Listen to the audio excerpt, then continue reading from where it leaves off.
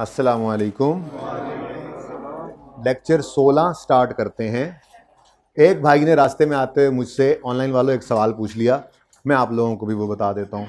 भाई साहब फरमाने लगे, हजरत यहाँ मौजूद हैं, कि जब ईयर एंड रीवैल्यूएशन हुई है तो ये 13 के साल में जो रीवैल्यूएशन हुई है, तो जब रीवैल्यूएशन होती है तो हमें तो आदत है ट्रांसफर ऑफ इंक्रीमेंटल डेप्शन और डेप्शन की एंट्रीज होती हैं, तो ट्रांसफर की एंट्री क्यों नहीं की जबकि डेप्शन की एंट्री तो नजर आ रही है? तो इसका जवाब मैंने कल भी दिया था, दोबारा सुन लें। 13 के साल में पहले एसेट डेप्रिशिएट हुआ, इस वक्त तक कोई सरप्लस नहीं था, एसेट कॉस्ट पे पड़ा था, एसेट आ गया बुक वैल्यू पे 31 दिसंबर 13 की। अब रीवैल्यू किया हमने, सरप्लस आया, लेकिन इसके बाद दोबारा डेप्रिसिएशन नहीं हुई। डेप्रिसिएशन होगी तो इंक्रीमेंटल डेप्शन होगी तो फिर ट्रांसफर की बात आएगी। इसलिए फिर अगले साल जब गए, इस रीवैल्यूड एसेट को जब डेप्रिशिएट किया है तो फिर सरप्लस की ट्रांसफर की एंट्री आई है। ठीक है, तो जब रीवैल्यूड एसेट को डेप्रिशिएट करते हैं ना, तो तब इंक्रीमेंटल डेप्शन की ट्रांसफर की एंट्री आती है। जब रीवैल्यूड एसेट को डेप्रिशिएट नहीं करते तो इंक्रीमेंटल डेप्शन की ट्रांसफर की एंट्री नहीं आती। यहां पे आपने रीवैल्यूड एसेट को डेप्रिशिएट नहीं किया था, यहां पे आपने कॉस्ट पे पड़े हुए एसेट को डेप्रिशिएट किया था, सरप्लस था ही कोई नहीं। ठीक है, और जब आया सरप्लस, उससे पहले डेप्रिसिएशन चार्ज हो चुकी थी, दोबारा इस साल की डेप्रिसिएशन चार्ज करनी नहीं थी। जुमला लिखवाया था कि ईयर एंड रीवैल्यूएशन हो तो पहले डेप्रिसिएशन चार्ज करना, फिर रीवैल्यूएशन रिकॉर्ड कर लेना और दोबारा डेप्रिशिएट नहीं करना, लिखा था। ठीक है, क्लियर है? अच्छा जी, कितने बच्चे होमवर्क करके आए? कितने बच्चों ने एक सीटिंग में ये दोनों सवाल किए जो लंबे वाले कहे थे? पास होने वालों के हाथ देख लो, पास होने वालों के हाथ देख लो। नहीं कीता तो झूठ नहीं बोल, कीता है? अच्छा, पठान में पंजाबी आ गई जी। तुम लोगों ने पछतो नहीं सिखाई मुझे।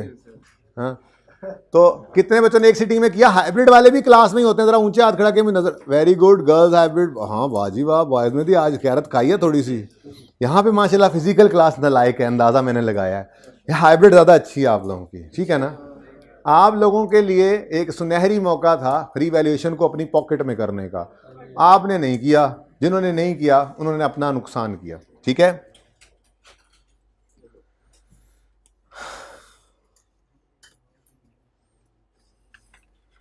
अच्छा जी, प्लान तो मैंने बड़े बड़े बनाए थे आज के, ये कर दूंगा वो कर दूंगा, लेकिन सारा कुछ तो ना हुआ। बहरहाल एक सवाल के मैं लेजर्स बना लाया हूं सर, वो ईयर एंड वाले के कल। ठीक है ना, इतना ही काम अब एक दिन में उस्ताद से करवाया करो ना। अच्छा मुझे ये बताओ, एंड वाले भाई, ये फिगर्स नजर आ रही हैं लिखी हुई? अगर यहीं पर पड़े पड़े मैं इसको यूं डेबिट क्रेडिट बोलूं तो गुजारा चलेगा, वरना फिर मुझे चेंज करना पड़ेगा इस तरह से करके। ऐसे कर लें, चलें ठीक है, मेरी ही वर्जिश करानी है। ठीक है, ये स्मार्ट बोर्ड भी नहीं है ना, वरना ऐसे ऐसे कर लेते। चलो शुरू करें जी। यस सर, करें। सवाल आपके पास मौजूद है, वर्किंग सामने रख लें। ठीक है, लेजर्स को देख लेते हैं। कुछ भी नहीं है, लेजर बनाना तो कुछ भी नहीं है। रीवैल्यूएशन आप सीख चुके हैं। आज मैंने रीवैल्यूड एसेट को डिस्पोज करना सिखाना है, लेकिन आखिरी आधे घंटे में। उससे पहले थोड़ी सी बातें इसी के ऊपर करके जरा ऐसे रीइंफोर्स कर लें, पक्का हो गया, समझ आ गया या नहीं। वैसे मेरा प्लान था कि डिस्पोजल ऑफ रीवैल्यूड एसेट, तफसीली सवाल भी आज कर लेंगे, हैंडआउट में भी डाला हुआ था, लेकिन आज वो ना हो सका, वो चला गया कल पे। और कल जो नोट बनाना था उसका एंड तो यानी कि बेसिक नोट तो कल बन जाएगा, लेकिन जो एग्जाम लेवल का सवाल करना है हमने, वो सैटरडे को चला गया। यकीन माने मेरी कोई नीयत नहीं थी, मेरा अल्लाह जानता है कोई नीयत नहीं थी, लेकिन IS 16 का सबसे इंपॉर्टेंट लेक्चर हफ्ते को होने जा रहा है। अब इसमें मेरा कोई कसूर नहीं है, मैंने जान के नहीं किया जी। हफ्ते को छुट्टी करोगे आप? मैं तो नहीं करता छुट्टी भाई, अल्लाह खैर से रखे, खैर खैरियत रहे तो कभी भी छुट्टी नहीं होती। ठीक है ना, आ जाता होता हूँ मैं जैसे तैसे भी हो। ओके, तो शुरू करें। वर्किंग, सबसे पहले वर्किंग सामने रख लोगे, वरना ना मुझे बार बार यूं वर्किंग खोलनी पड़ेगी। ये वर्किंग है सामने वैसे मेरे, लेकिन चलो यहाँ से थोड़ा सा कर लेंगे इस तरह से गुजारा जी। सबसे पहले एसेट, अच्छा ये तो नजर आ रहा है ना, वर्किंग को तो जूम ना करूंगा, ये गुजारा चलेगा? हाँ भाई, एसेट डेबिट 500 से कैश क्रेडिट, और 25 से डेप्शन डेबिट, अक्यूमुलेटेड डेप्रिसिएशन क्रेडिट। अगला भी देख लो, 13 के साल में सिर्फ depreciation debit, accumulated depreciation credit हुई थी, कोई रिवैल्यूएशन नहीं हुई। लेजर्स की बात करें तो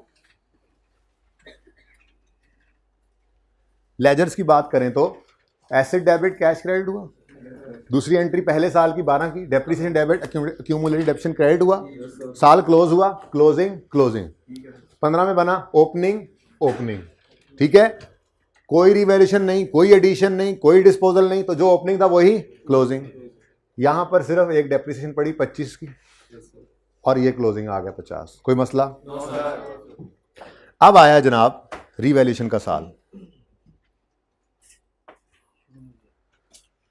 14 के साल में साल के पहले ही दिन रिवैल्यूएशन हो रही है, तो इसके दरमियान दो डेप्रिसिएशन पड़ी हैं 25 और 25-50 की। यानी वैसे तो हम लेजर बना रहे थे, तो लेजर में तो वैसे ही सामने नजर आ रहा होता है ओपनिंग बैलेंस से अक्यूमुलेटेड डेप्रिसिएशन का कितना स्टैंड कर रहा था, ठीक है। तो अक्यूमुलेटेड डेप्रिसिएशन को 50 से डेबिट करेंगे और एसेट अकाउंट को 50 से क्रेडिट, ट्रांसफर की एंट्री होगी, ठीक हो गया। अब ट्रांसफर की एंट्री के बाद अगली एंट्री है सरप्लस या लॉस की रिकॉर्डिंग।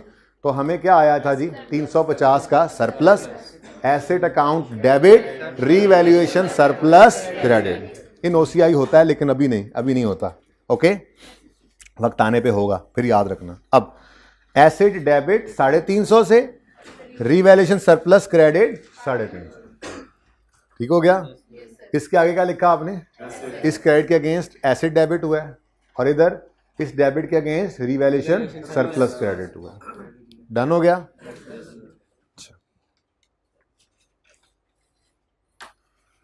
एंट्री लिखने का तरीका इंट्रो के उस्तादों ने भी सिखाया होगा, मैंने भी शुरू में आपको सिखा दिया था कि जर्नल एंट्री लिखने का तरीका ये होता है कि पहले सिर्फ फिगर्स लिखो 10, 15, 20 जहां डेबिट क्रेडिट होना है, उसके बाद फिर अंग्रेजी लिखने की तरफ जाया करो, इससे गलती के चांसेस ना होने के बराबर रह जाते हैं, ठीक है ना।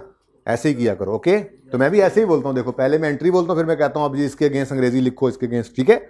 नेक्स्ट क्या, बस साल खत्म हो गया? नहीं, साल नहीं खत्म हुआ, डेप्रिसिएशन की एंट्री हुई, रिवैल्यूएशन के बाद डेप्शन की एंट्री हुई, 44 रुपए से depreciation expense debit, accumulated depreciation credit 19, क्योंकि सरप्लस का बैलेंस आ रहा था डेप्रिसिएशन के वक्त, दो एंट्रीज, दूसरी इंक्रीमेंटल डेप्शन की ट्रांसफर की एंट्री, वो होगी revalue surplus debit, retained earnings credit जी।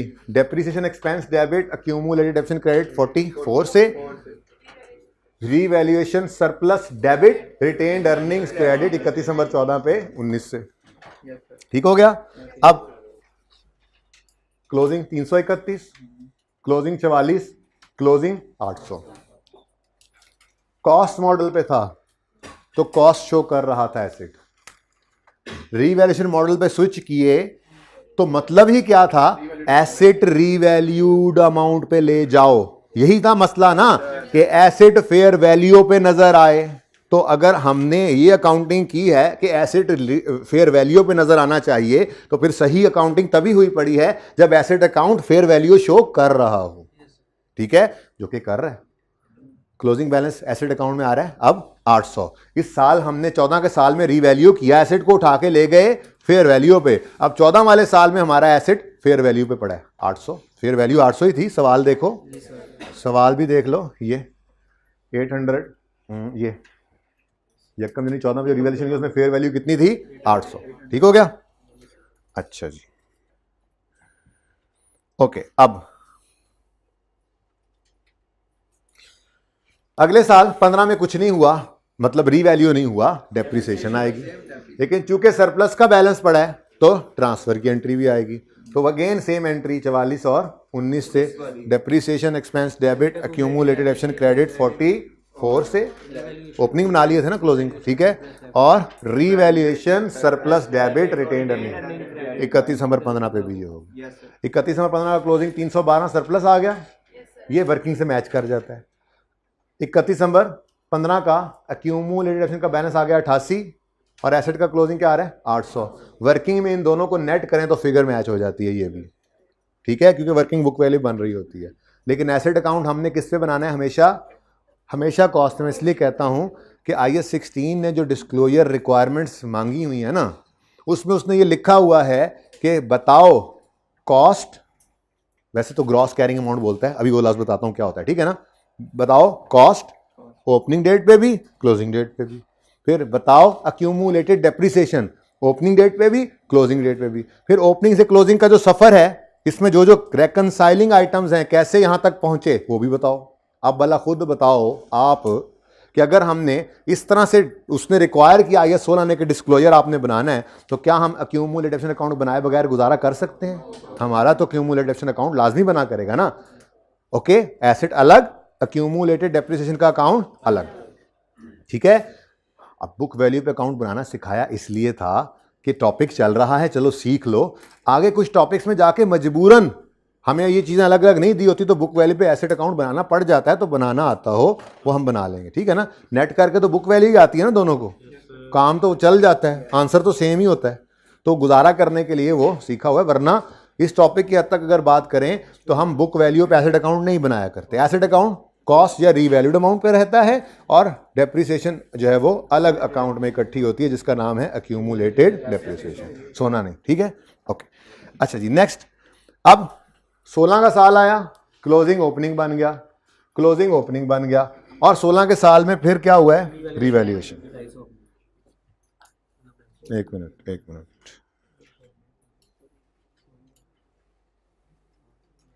जी,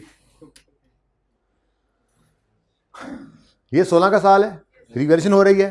पहले ट्रांसफर 44 और 44 88, वैसे लेजर में तो ओपनिंग पड़ा होगा, आप लेजर बना रहे हैं, तो 88 रुपए से अक्यूमुलेटेड डेप्रिसिएशन डेबिट एसेट। ये बार बार रिवीजन होती है, ठीक है ना, चीजें को कंफ्यूजन है भी तो निकल जाए आप दिमागों से। ओके, आज का दिन मैंने सिर्फ नॉर्मलाइज करने के लिए रखा था, वरना मैं फुल फ्लैश सवाल डिस्पोजल का दूसरे वाला भी करा देता, कल नोट कर रहे होते।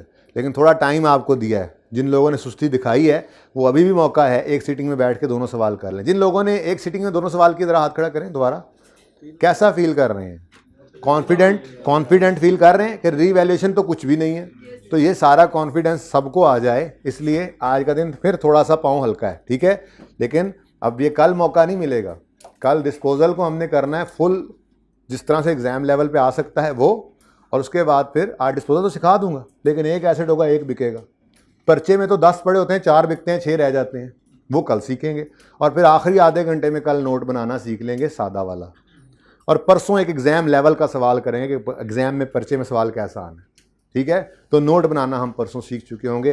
फिर आगे हफ्ते, अगले हफ्ते के 2 या 3 दिन हम मजीद प्रैक्टिस करेंगे उसकी, और फिर नए टॉपिक पे मूव कर जाएंगे। छोटी मोटी चीज़ें नए टॉपिक के साथ चलती रहा करेंगी, ठीक है। ये मैंने प्लान शेयर किया आपके साथ, यानी नेक्स्ट वीक में इंशाल्लाह हम IAS 36 या IAS 23 दोनों में से कोई एक स्टार्ट कर देंगे। ओके, अच्छा, अल्लाह ने चाहा तो बिल्कुल जी।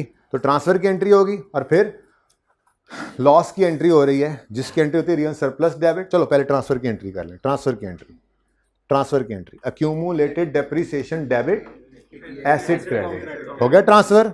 उसके बाद लॉस है, लॉस की एंट्री हो रही है revaluation surplus debit 312, profit and loss account debit 150 से, और एसेट क्रेडिट 462 से।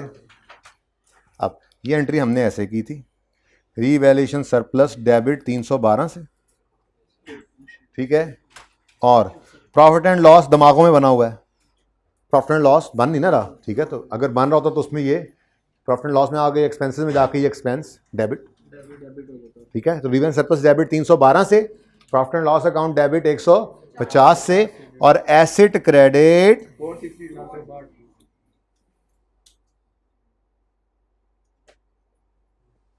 चलो ये ठीक है जी, सही है।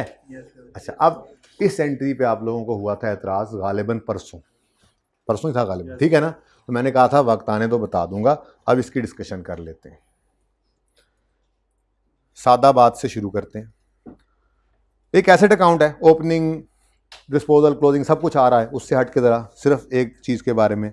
एसेट हमने खरीदा है 100 रुपये का, 40 रुपये पे कर दिए, 60 रुपये पेएबल हैं, ठीक है। ये नज़र आ रही है साइड बेटा आपको?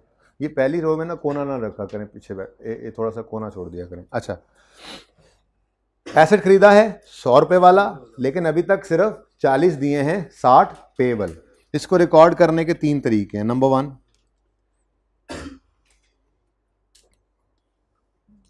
नंबर 1, आप एसेट डेबिट करो और कैश क्रेडिट करो 40 से, आप एसेट डेबिट करो और पेबल क्रेडिट करो 60 से, तो ये अलग अलग नज़र आ रहे हैं। सबसे आइडियल आपको यही लगती है कि डबल एंट्री नज़र आ रही है कि आपका अगर कैश का लेजर बन रहा होगा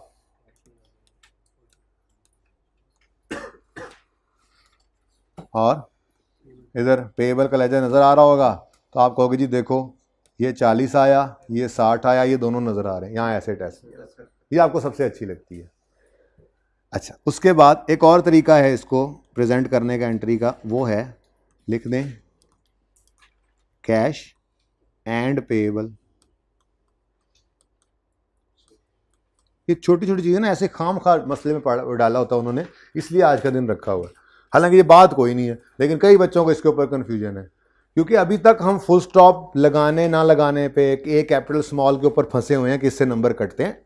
निकल आओ अब इससे, दलेरी से काम किया करो, चलते जाया करो, ठीक है ना। कैश एंड पेबल लिखा और 100 लिख दिया, ठीक है जी। एक ऑप्शन ये है, ठीक है जी। तीसरी ऑप्शन ये है कि हम यहां पर लिख दें एडिशन और यहां पे लिख दें 100।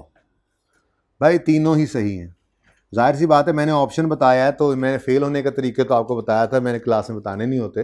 कोशिश ये होती है कि वो तरीका बताएं, वो बात बताएं से बच्चा पास हो ना कि फेल हो। तो तीनों में ऑप्शन का मतलब क्या है, ये तीनों ही ठीक हैं। यानी आप पहली एंट्री करें आप बिल्कुल ठीक है, आप दूसरी करें बिल्कुल ठीक है, आप तीसरी करें तब भी बिल्कुल ठीक है, लेकिन मैं रेकमेंड करूंगा आपको थर्ड वन, क्योंकि इससे गलती के चांसेस भी कम और वक्त भी कम लगता है, टाइम ज़ाया नहीं होता, ठीक है। ये बात समझ आई है। इसी तरह से अब हम चलते हैं अपनी उस एंट्री की तरफ जो अभी अभी आई है 462 वाली, ठीक है। 462 वाली एंट्री के भी अगेन 3 तरीके हैं प्रेजेंट करने के। नंबर 1, आप लिखो रीवैल्यूएशन सरप्लस, बस RS लिख दूं सिर्फ 312, प्रॉफिट एंड लॉस 150। इससे फ़ायदा क्या होगा, इससे फ़ायदा ये होगा कि आपका रीवैल्यूएशन सरप्लस जो है इसका 312 भी आपको नज़र आएगा 312 इसका नज़र आ गया अलग से एसेट में, ऐसे ही है। और बोलो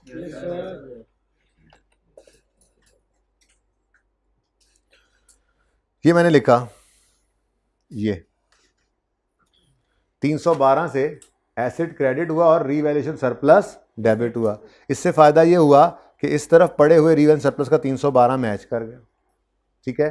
फिर अगली लाइन में हमने लिखा 150 से एसेट क्रेडिट और प्रॉफिट एंड लॉस डेबिट, इसका भी डेबिट आपको नज़र आ गया ये प्रॉफिट एंड लॉस के अंदर।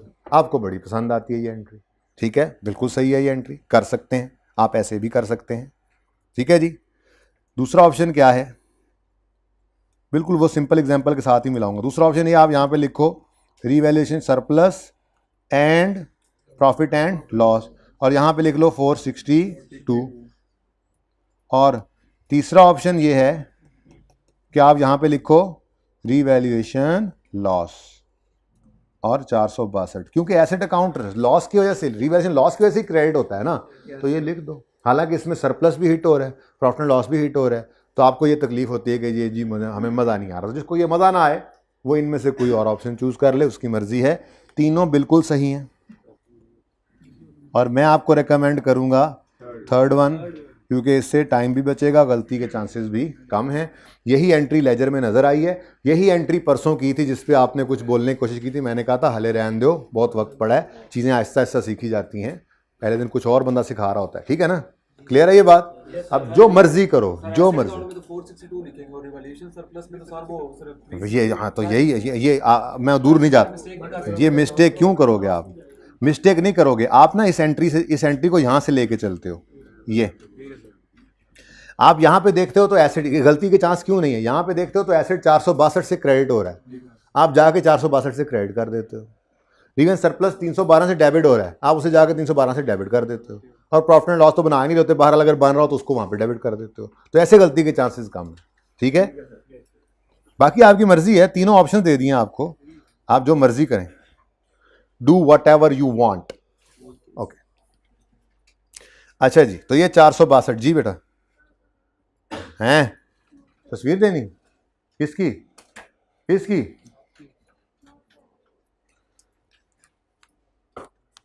और भाई नहीं, तुम कर लो बात, कर लो,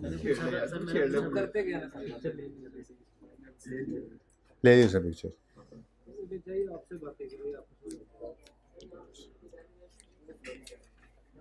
सिर्फ रीवैल्यूएशन भी लिख सकते हैं और जिंदगी आसान कर लें, लेकिन रीवैल्यूएशन लॉस लिख दें। जरा ये होता है ना कि सरप्लस जब आता है तो हम कहते हैं एसेट बढ़ा है, लॉस आता है तो हम कहते हैं एसेट कम हुआ, तो थोड़ा सा बेहतर हो जाता है जरा। बाकी आपकी समझने की बात है, रीवैल्यूएशन भी लिखोगे तो भाई चुप, देखने वाले को इतना पता होता है कि रीवैल्यूएशन की फिगर अगर क्रेडिट साइड पे आ रही तो मतलब लॉस ही है, तो सिर्फ रीवैल्यूएशन भी लिख सकते हो, यू कैन।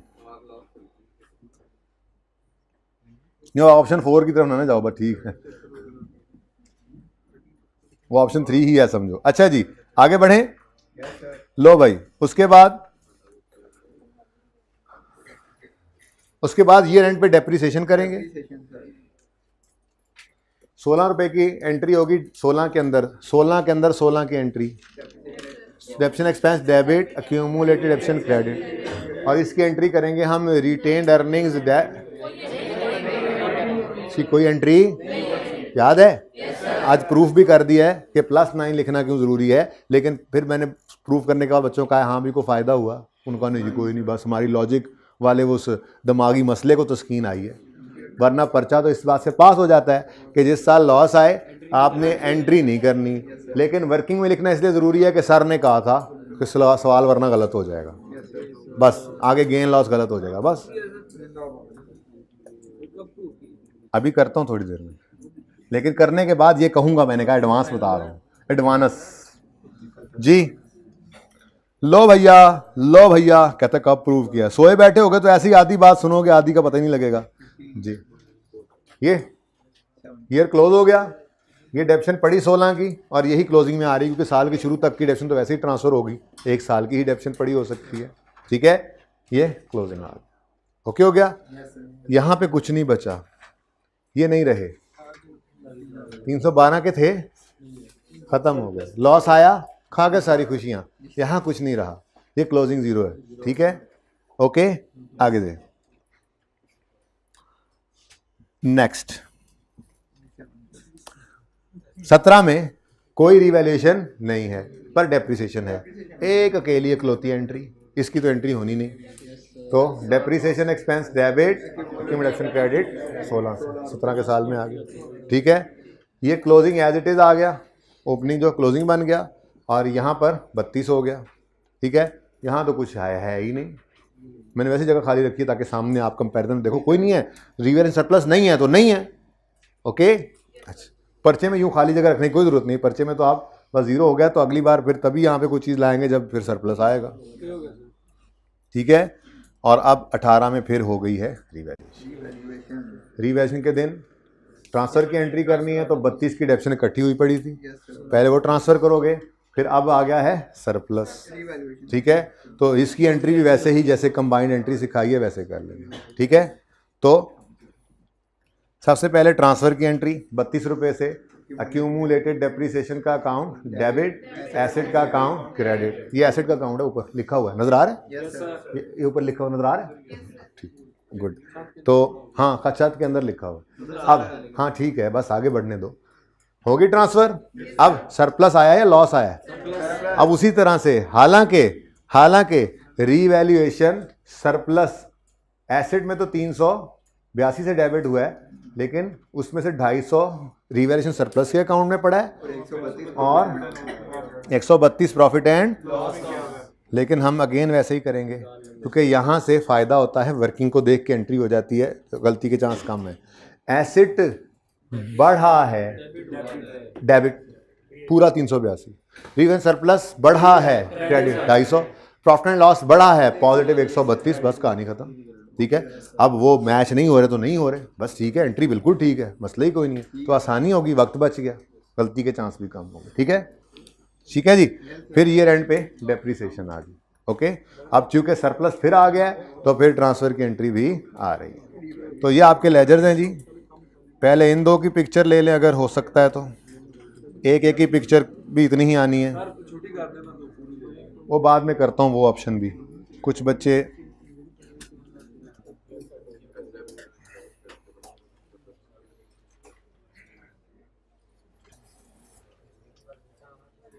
यहाँ तक तस्वीर बनानी है, यहाँ तक, इधर नहीं बनानी।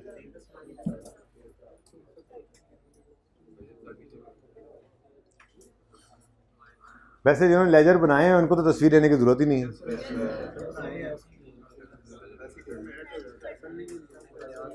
अभी मैच नहीं होएगा, ग्लव्स बताया आपको, टाइम आया किया, आज टाइम पास कर रहा हूं मैं, है ना।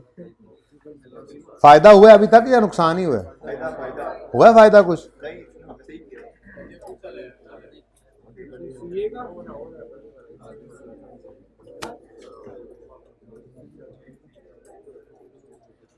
Revolutionary surplus, sorry revaluation surplus का अकाउंट। ये तस्वीरें मुंह से खींच रहे हो क्या? फोन पे बात कर, सोया हुआ, सो गया, लम्मी भाई। मैंने कहा शायद फोन पे बात कर, फिर तो चलो कोई बात नहीं, इतने बंदों को डिस्टर्ब नहीं किया उसने, कर लिया आहिस्ता से। चलो जी आ जाओ भाई, आ जाओ भाई, होमवर्क वाले, होमवर्क वाले। ये कल वाले हैंडआउट में एक होमवर्क और भी था, आपको याद हो के ना याद हो, मुझे सारा याद है। नहीं मुझे सारा याद है, जरा नहीं याद है, सारा याद है होमवर्क था। आपको भी सारा याद आ जाएगा। खामोश, कल वाले हैंडआउट में क्वेश्चन नंबर 60 भी होमवर्क में था। ये कितने बच्चों ने किया है? Very good. हाइब्रिड वालों हाथ खड़ा किया करो ना साथ, क्या मुसीबत है? तो तुम लोगों ने अलहदा ही अपना रखा हो, ये इसी क्लास का हिस्सा हो। आता हूं मैं, अभी कर लेता हूं सेट तुम लोगों को। ये ना समझना मैं डरा रहा हूं, आज चक्कर लगा है मेरा 2 दफा, नहीं 1 दफा, 2 भी लग सकते हैं। अच्छा, एसेट परचेज हुआ यकम जुलाई 8। एक तो ये मुसीबत पड़ती है जब ईयर एंडेड आ जाए हमारा 30 जून वाला, तो थोड़ा मसला हो जाता है ना। चलो कोई नहीं। अच्छा अब चुप कर जाओ बस, और बस ना, बोल लिया ना, बस चुप कर जाओ।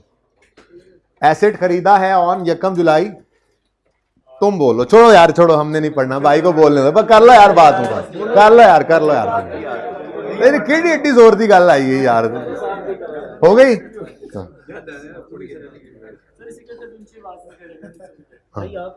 तुम्हें मैं समझाऊंगा क्लास के बाद, आया फैकल्टी रूम में। अच्छा जी, खुशबू यकम जुलाई 8 पे एसेट खरीदा है, 600 रुपए का है, लाइफ 30 साल है, रीवैल्यू हुआ है यकम जुलाई 22 पे। तो यकम जुलाई 2008, क्विकली जरा कैलकुलेटर बाहर आ जाए, जल्दी करें शाबाश।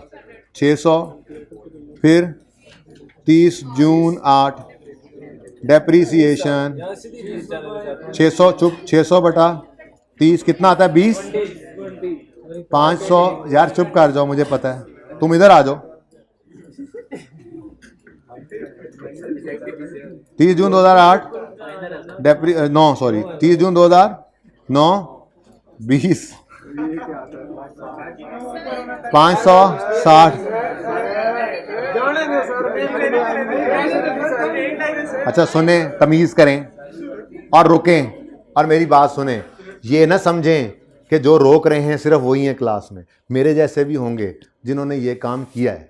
अब वो बच्चे हाथ खड़ा करें जो यकम जुलाई 22 तक हर साल इस तरह से करते करते पहुंचे। Please raise your hands, please raise your hands. These are my champions, these are my own champions. Hybrid वाले भी बताएं, हाथ खड़ा रखें, हाथ खड़ा रखें। हाइब्रिड वाले भी बताएं। देखें भाई, आप क्यों कह रहे थे कि रोक दें जब इतने सारे बच्चों ने ये किया हुआ था। अच्छा आप सुने, मैंने आपसे जिक्र किया था कि कभी पॉसिबल हो जंप करना तो कर सकते हैं, ठीक है, स्ट्रेट लाइन के अंदर कर सकते हैं जंप। हमारी रिक्वायरमेंट थी सवाल की सिर्फ 2023 की एंट्रीज कर दो। आगे लिखा भी था आपको समझाने के लिए कि जो ईयर एंड हो रहा है 30 जून 23 पे, इसका मतलब क्या हुआ, ये ईयर स्टार्ट हो रहा है 1 जुलाई 22 पे और एंड हो रहा है 30 जून 23 पे। अब सिर्फ इस साल की एंट्रीज हमने करनी थी, या तो एंट्रीज भी सारी कर रहा है, अच्छा, या तो हमें हर साल की एंट्री करनी होती, खैर वो भी स्ट्रेट लाइन के अंदर फिगर पता होती है, फिर भी चलो आप कहो कि जी हमने हर साल की एंट्री करनी है तो सामने फिगर होनी चाहिए, फिर भी चलो बंदा मानता कि आप लोगों ने ये डिटेल्ड वर्किंग की है। हमें तो सिर्फ जुलाई 22 वाले साल की 23 वाले साल की एंट्रीज चाहिए थी, तो हमें तो जंप करना था। यकम जुलाई 8 पे खरीदा, पहला इवेंट जो चेंज होने वाला है वो किस दिन आया है, 1 जुलाई 22, तो इस दिन तक जंप करके आ सकते थे। स्ट्रेट लाइन मेथड है, एक साल की डेप्शन हर साल के साथ मल्टीप्लाई, हर साल की वही होनी है, तो लाइफ के साथ मल्टीप्लाई करो, इस दिन पहुंच जाओगे। अच्छा, मिसाल के तौर पे अगर बीच में कोई रिवैल्यूएशन हुई होती, फिर जंप एक नहीं, अगर एक रिवैल्यूएशन दरमियान में हुई होती तो फिर 2 जंप लगते। ये तो लंबी छलांग लगाई है ना, वो फिर ऐसा थोड़ी थोड़ी छोटी छोटी ऐसे 2 छलांगे, ठीक है, एक रिवैल्यूएशन तक फिर दूसरी रिवैल्यूएशन तक। बात समझ आई है? क्योंकि रिवैल्यूएशन पर ब्रेक लगानी जरूरी होती है, वहां तक ब्रेक, वहां पर जंप लगाते, उससे आगे फिर जंप लगा लेते, लेकिन ऐसा नहीं था। सवाल इंपॉर्टेंट इसलिए था कि ये सिखाना था आपको। ये जो 15, 20, 25 बच्चे तकरीबन इधर और इधर उधर भी बैठे हुए थे, ये जो पर्चे के अंदर ऐसा करने बैठ गए तो पर्चे में तो फिर यही करेंगे, तो इनको वक्त पे समझाना भी जरूरी था, ठीक है। तो भाई अब जो है, अच्छा ये मिटने लग गया, ओ माय गॉड। हमने क्या करना है जी, हमने बिल्कुल भी डिटेल्ड वर्किंग नहीं करनी है। बेटा बातें नहीं करें ना, आपको क्या है बातें करने को, अजीब आदमी आप, गरीब भी हैं नहीं, अजीब ही हैं बस। भाई इधर देखें, हमने यहां पर 30 जून 8 की बजाय जंप लगा के 30 जून 22 पे आ जाना है। 22 1 जुलाई 22 पे, ये 30 जून 22 के बाद अगला दिन 1 जुलाई 22, ये जून वाले साल के मसाइल हैं जो मैं कह रहा था, ठीक है ना। 1 जुलाई 22 का मतलब है 30 जून 22 से अगला दिन, तो पिछला साल खत्म होगा 30 जून 22 पे, अगला हमारा साल शुरू होगा, अभी तो लिखा था 1 जुलाई 22 को ये शुरू होगा, ठीक है, और ये 30 जून 23 पे खत्म होगा। ओके चलो, अच्छा एक तो ये हो गया।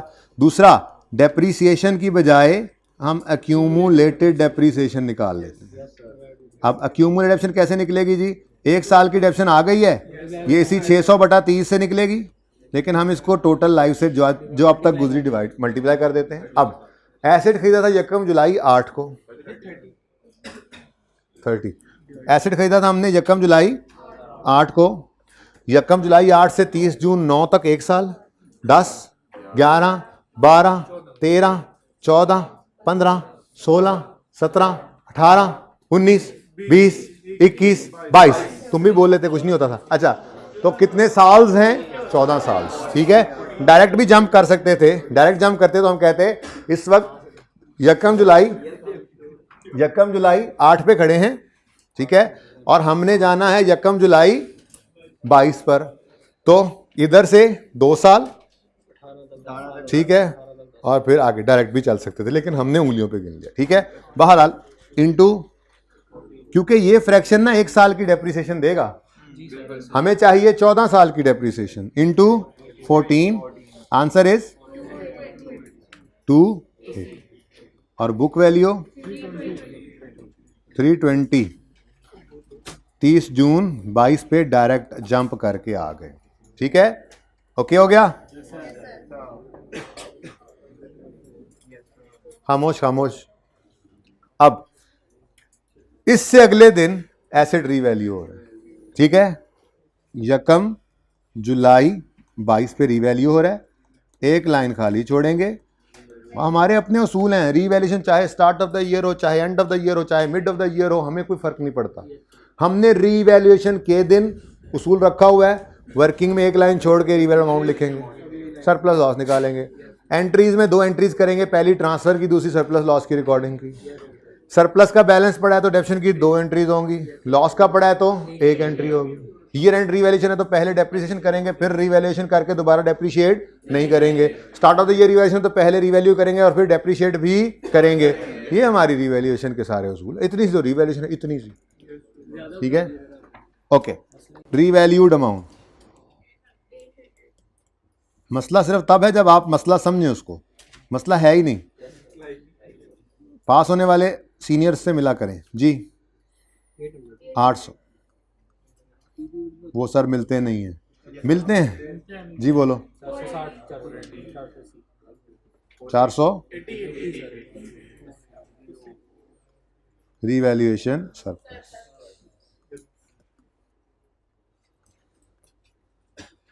अच्छा बच्चों, बातें ना करो, ये पता है ना एसेट का कॉलम चल रहा है, तो दिमाग में बैठ गई अब ये बात तो। और ये रीवैल्यूएशन सरप्लस। अब 30 जून 2023 तक डेप्रिशिएट करना है, इस साल की तो एंट्रीज है ना। अब रीवैल्यूड अमाउंट को रिमेनिंग लाइफ पे डेप्रिशिएट करना है। रिमेनिंग लाइफ निकालेंगे किस दिन? रीवैल्यूएशन के दिन, और वो है 1 जुलाई 22। रीवैल्यूड अमाउंट के सामने वाला बड़ी गल जड़ी कल दसी सी। अब 1 जुलाई 8 से 1 जुलाई 22 तक वैसे ही अभी अभी गिनती करके आए हैं, 14 साल गुजर चुके हैं। टोटल 30 थे तो 14 गए, बाकी नशर भी कर दो। 480 डिवाइडेड बाय 60। ये बड़ा आसान काम है, जो एसेट के साथ सोच के करना है वो बिना सोचे सरप्लस के बैलेंस के साथ या लॉस के साथ जी।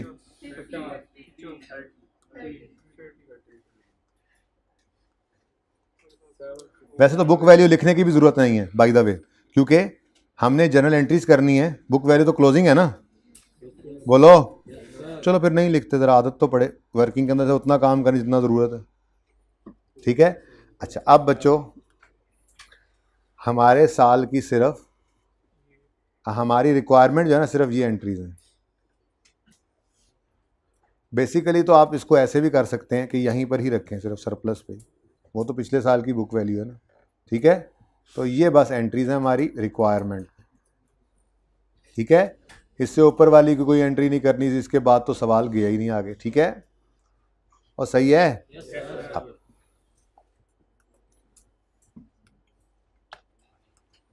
तो सवाल 5 मिनट का ही था। खैर, 1 जुलाई 22 पे पहली एंट्री हो रही है रीवैल्यूएशन की।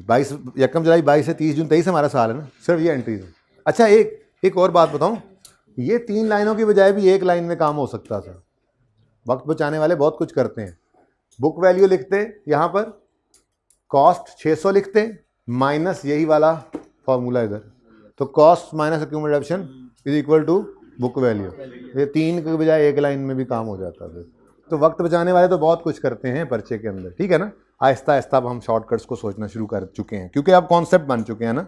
ओके जी, तो 1 जुलाई 22 पे एसेट रीवैल्यू हो रहा है, तो रीवैल्यूएशन के दिन तक जितना डेप्शन का बैलेंस पड़ा है वो ट्रांसफर कर देंगे एसेट में, ठीक है।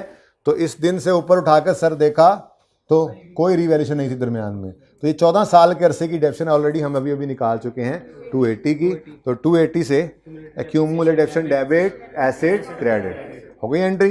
दूसरी entry asset debit revaluation surplus credit 480 से। तीसरी entry depreciation debit accumulated डेप्शन credit 50। चौथी entry revaluation surplus debit retained earnings credit 30 से। ठीक हो गया।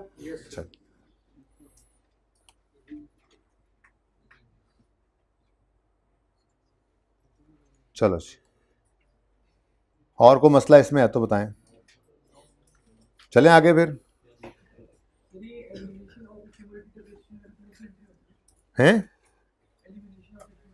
यही transfer of accumulated depreciation from asset account from accumulation account to asset account to bring asset account at its book value. ये जो entry है ये एक्यूमुलेशन डेबिट एसेट क्रेडिट, ये जो यहाँ पे ऐसे कर रहे थे कल, ये एक्यूमुलेटेड डेप्शन डेबिट एसेट, जिसके साथ पहले दिन लंबी सी नरेशन लिखवाई थी, transfer of accumulated depreciation account balance to asset account to bring asset account at its book value. वो है एलिमिनेशन की एंट्री ट्रांसफर।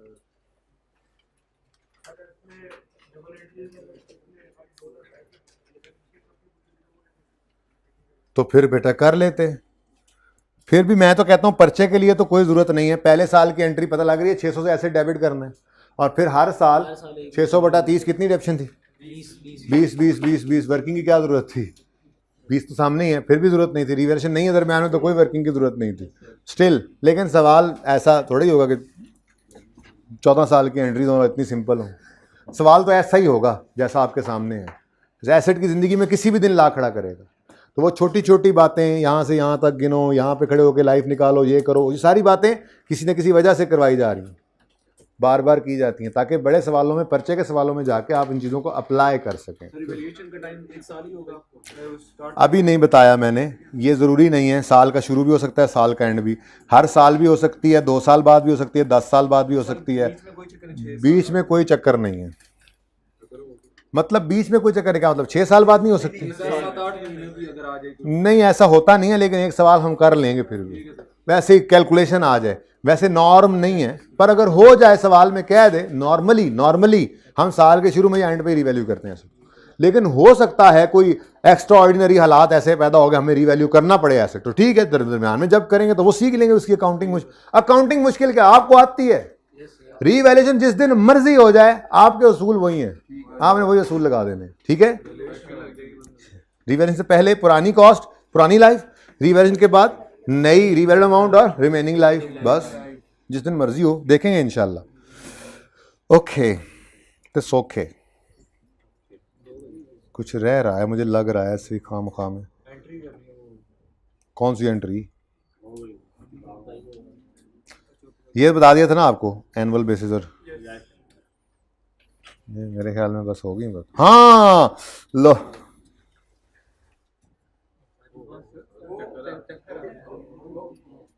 सेल ऑफर आज की ताजा खबर। ये +1 अगर एंट्री में नहीं जाना तो इसे लिखते क्यों है यहाँ पे? बताएं सर, बताएं। ये बताना था आपको। उधार उतर रहे हैं ना अभी आहिस्ता आहिस्ता, फिर नए उधार आज चढ़ा दूंगा, फिर आहिस्ता आहिस्ता वो उतारेंगे फिर, ठीक है। ऐसे करते करते सेशन खत्म हो जाएगा। लो भाई, इस सवाल में कर सकते थे, उसमें भी कर सकते थे, मैं अब इसमें कर रहा हूं, ये करीब है, ये इस वर्किंग के। अज्यूम करने लगा हूं मैं कि हमारा एसेट, नींद पूरी नहीं किया आज अब्दुल्ला, अज्यूम करने लगे हैं कि मैं 1.5 घंटा सोया। इधर आके खड़े हो जाओ, नींद उड़ जाएगी। मैं भी जाके बैठूंगा तो मुझे भी नींद आने लग जाएगी। तो खड़े हो जाओ, आ जाओ, यहाँ पे आ जाओ, यहाँ पे खड़े हो जाओ, साइड पे हो गए। पढ़ना चाहते हो तो कुर्बानी करो ना, दे दो जगह इसको। ओए होए, ये होता है जज्बा, ये है जुनून। अच्छा सुनो भाई साहब, +1 की एंट्री क्यों होती है ये प्रूव करने लगे हैं। अज्यूम करें कि ये एसेट जो हमने खरीदा था 360 का, जिसकी 10 साल लाइफ थी, इस पे कभी रिवैल्यूएशन मॉडल नहीं लगाते, ठीक है। अज्यूम करते हैं कि हमेशा कॉस्ट मॉडल पे ही रहा, ठीक है। अब टोटल लाइफ वैसे तो 16 साल है, लेकिन मैंने इस एसेट को अपने सवाल की हद तक इस वर्किंग को फैला दिया है। 1 जनवरी 12 को ये एसेट खरीदा था हमने 360 का, 10 साल लाइफ है, तो हर साल डेप्रिसिएशन 36 आनी है, ओके। रिवैल्यूएशन तो है नहीं ना, अज्यूम ये किया, तुम्हें भी जमाइयाँ आने लगी। इस सीट में कोई मसला है इस वाली में, बैठ जाओ अब्दुल्ला, नहीं सही हो जाएगा, थोड़ी देर बाद फिर खड़े हो जाना, थक जाओगे ऐसा तो जी। तो हर साल 36 रुपए की डेप्रीसिएशन आएगी, ठीक है। अच्छा, अब हर साल 36 डेप्रिसिएट होना है, हर साल। 31 दिसंबर 13 पर अगर हम बाजार में इसे बेचने जाएं तो कितने का बिकेगा? 323 का। मैं अज्यूम करता हूं जी हमने ये बेच दिया, अज्यूम कर रहा हूं, समझाने के लिए अज्यूम किया कुछ, ठीक है। अज्यूम करते हैं 31 दिसंबर 13 पे हमने इसको बेच दिया। पहले तो मुझे ये बताओ इसकी बुक वैल्यू कितनी थी इस दिन? 360 - 36 - 36 288, बोलो। और बाजार में इसके कितने पैसे मिल रहे हैं? 320। अगर हम इस एसेट को आज बाजार में बेचें तो कितना गेन आएगा? बोलो, गेन आएगा। देखो इसका मतलब हम गेन निकाल सकते हैं यही दो चीजें कंपेयर करके, करते भी यही दो थे। एंट्री में यही दो चीज़ें कंपेयर हो रही होती थी, ज़रा गौर करो। एसेट अकाउंट क्रेडिट हुआ कॉस्ट से, अक्यूमुलेटेड एक्शन अकाउंट डेबिट हुआ उसकी सारी जिंदगी की, तो नेट कर तो बुक वैल्यू है ना, यानी बुक वैल्यू को हम सेल प्रोसीड के साथ कंपेयर करते थे, गेन लॉस आता था। तो अज्यूम करें कि हम बेच दें तो कितना गेन आएगा। अब ये गेन 35 है, ये गेन 35 हमने जो निकाला, क्या यही गेन हमारी वर्किंग में भी निकला हुआ है? जाके देखा तो यही निकला हुआ, मतलब हम सही जा रहे हैं। ये अभी तक सही चल रहे हैं, आखिर में जाके गड़बड़ करनी है, अभी तो हो भी नहीं सकती। चलें आगे। फिर उसके बाद हमने नहीं बेचा, हमने रख लिया, चल रहा है। 31 दिसंबर 31 दिसंबर 15 आया और आज बाजार बेचने जाएं अगर तो कितने मिलेंगे? 208। हम तो रीवैल्यू में इस मॉडल पे चल ही नहीं ना रहे, इधर जो अज्यूम किया हुआ है, तो फिर चले जा रहे हैं। हमने बेचा नहीं, पैसे से ही वो ऐसे ही जरा बैल रखा हुआ था, ऐसे ही मंडी ले गए थे, घुमा के ले आए एसेट को, वैसे ही बेचा नहीं, वैल्यू लगवाई है, ये चक्कर है, ठीक है ना।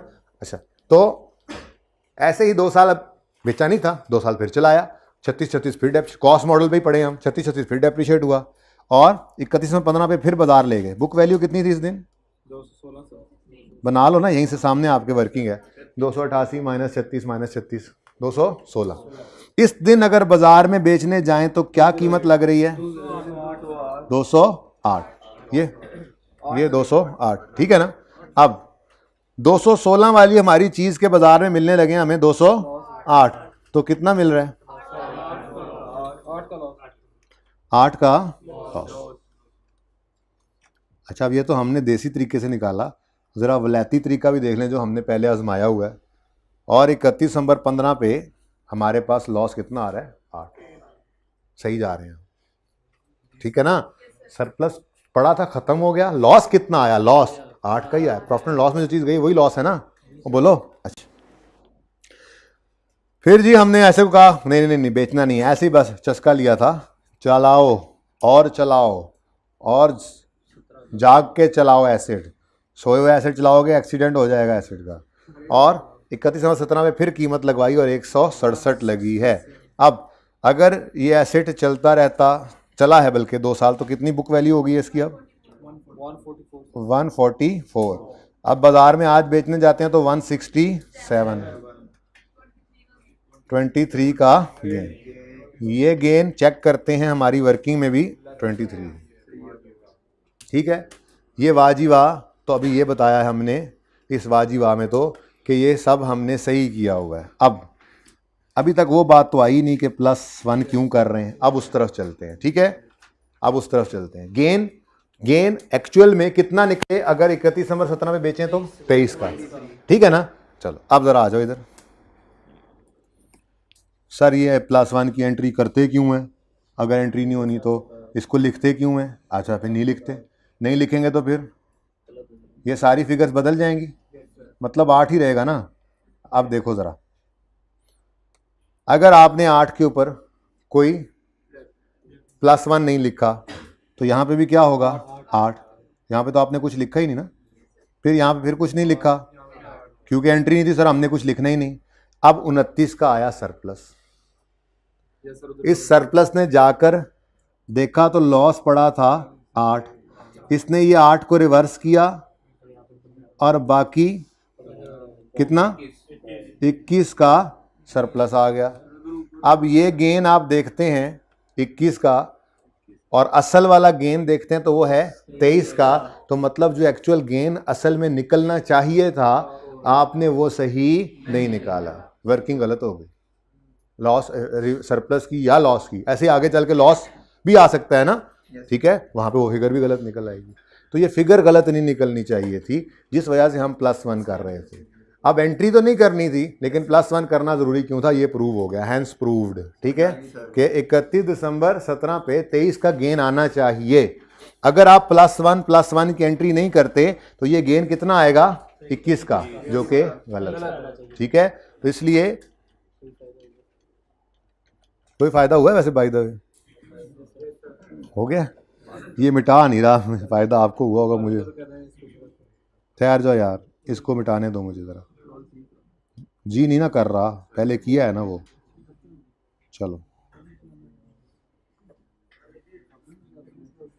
अच्छा जी, अब ज़रा वापस अपना सवाल तो सही कर लें, फिर वो मैं दिखाता हूँ आपको, वो जो मैंने वर्किंग की है ना वो देख लेते हैं। ये आ गया 7, फिर यहाँ पर +1, अच्छा जी, +1 6 आ गया, और फिर +1 +1 नहीं तो +6 ही हो गया, और ये 0 हो गया, और यहाँ पे कितना था 23। बातें ना करें जी, ऐसे ही है, अपनी पंचायत लगाइए जी। बोलें को मसला। अच्छा देखें, इस लॉजिक के देने का कोई फ़ायदा नहीं, कोई वैल्यू एडिशन नहीं है इसकी, वैल्यू एडिशन कोई नहीं है। बस आपकी तसल्ली होगी कि वर्किंग में अगर एंट्री नहीं होती तो लिखना क्यों ज़रूरी है, नहीं लिखेंगे तो लॉस गेन गलत निकलेगा, वहाँ पे नंबर कट जाएंगे। इसलिए उन नंबरों को कटने से बचाने के लिए हमने वर्किंग में उसको लिख लेना है। एंट्री क्यों नहीं करते वो मैंने प्रूव कर दिया था कि retained earnings debit retained earnings credit करने का फिर कोई फ़ायदा नहीं है, किताबों में ये एंट्री मिलती ही नहीं। ओके, अब इसको लपेट के फेंक दो, इसकी कोई ज़रूरत नहीं थी हमें। हमें बस पर्चे में इतना याद रखना है, जब लॉस आएगा उसके अंदर +1 वाली फिगर लिखनी, प्लस वाली फिगर लिखनी ज़रूरी है, वरना वर्किंग गलत हो जाएगी। लेकिन उसकी एंट्री नहीं करनी, पर्चा पास है बस। और इससे ज़्यादा पर्चा पास करने के लिए ना वो लॉजिक चाहिए कि एंट्री क्यों नहीं करनी, ना ये लॉजिक चाहिए कि प्लस वाली फिगर लिखते क्यों हैं। लेकिन चले, आपको बता दिया मैंने। चलें जी, अब आधा घंटा जैसे आपको पता है 25 मिनट रह गए हैं, तो अब हम आज का नया काम शुरू करते हैं। हेडिंग बनाएं, disposal of revalued asset. Asset revalued asset बिक भी सकता है। आज वाले हिंडआउट में आए, हिंडआउट में मिस्टर मोइन,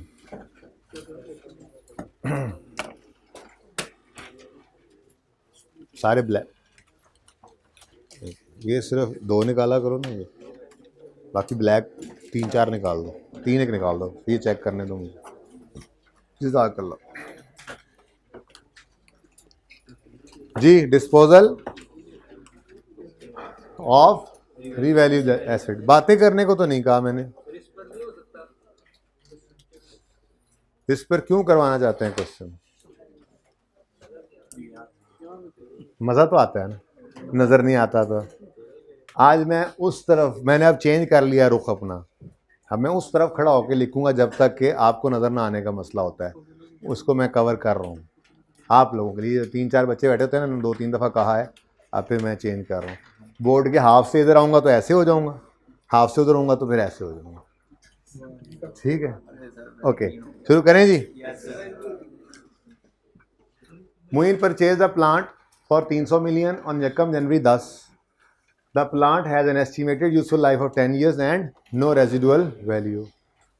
रीवैल्यूएशन डेट है यकम जनवरी 11, 1 साल बाद। उसके बाद कुछ नया है, वो बाद में पढ़ते हैं। जो नया नहीं है वो काम तो कर सकते हैं, क्या ख्याल है? तो सबसे पहला काम क्या करेंगे जी, बोलो? वर्किंग करेंगे। सबसे पहले वर्किंग, डेट,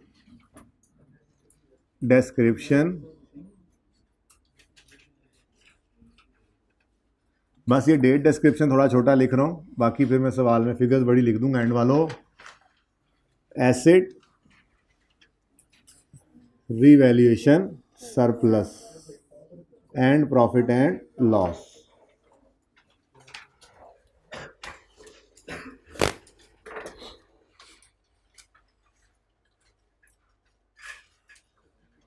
जी करें शुरू।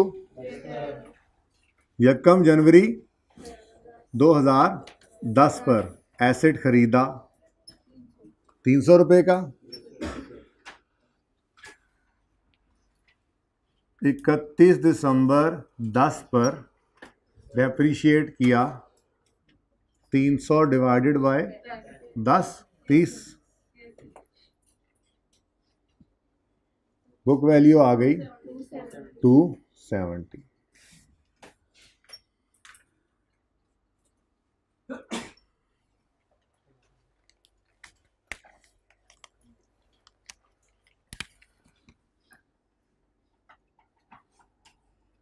ओके, अब 11 के साल का पहला दिन आना है तो एसेट ने रीवैल्यू होना है, और रीवैल्यू होके कितने पे जाना है? 500 पे। तो वर्किंग में क्या करते हैं जी, एक लाइन खाली छोड़ दी और रीवैल्यूड अमाउंट लिख ली हमने। कितनी है जी? 500।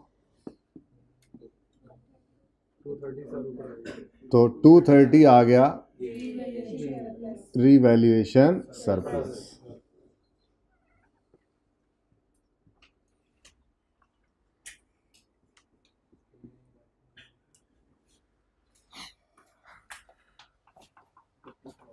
तो यहां तक की एंट्रीज अब करवा दें मुझे।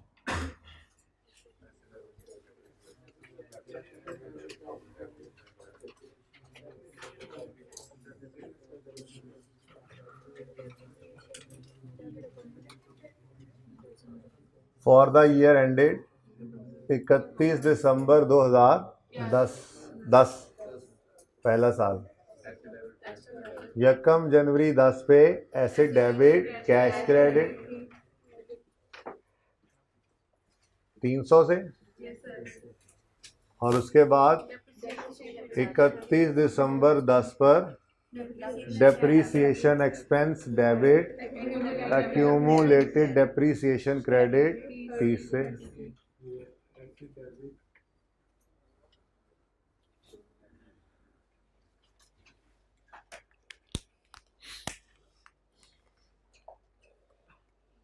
ठीक है, तो ये जी पहले साल की एंट्रीज खत्म हो गई। नेक्स्ट ईयर की एंट्री शुरू करते हैं यहाँ पे। अब फॉर द ईयर एंडेड 31 दिसंबर 11। अब 11 के साल में पहले ही दिन क्या हो रहा है? एसेट रीवैल्यू हो रहा है। तो रीवैल्यूएशन के दो एंट्रीज होंगी, पहली ट्रांसफर की, फिर सरप्लस लॉस की रिकॉर्डिंग। तो यकम जनवरी 11 accumulated depreciation debit asset account credit सिर्फ 30 है, एंट्रीज में भी नजर आ रहा है सिर्फ 30। तो 30 रुपए से एक्यूमुलेटेड डेप्रीसिएशन डेबिट करके एसेट को हमने क्रेडिट कर दिया, ट्रांसफर हो गया जी। उसके बाद सरप्लस या लॉस की रिकॉर्डिंग करते हैं। तो सरप्लस है 230 का, इसकी एंट्री हो जाएगी एसेट डेबिट रीवैल्यूएशन सरप्लस इन ओसीआई कल करेंगे कभी 230 से। ठीक है, ये एसेट हमारा रीवैल्यू भी हो गया। यहाँ तक को मसला है तो बताओ, ये सब पुराना काम था।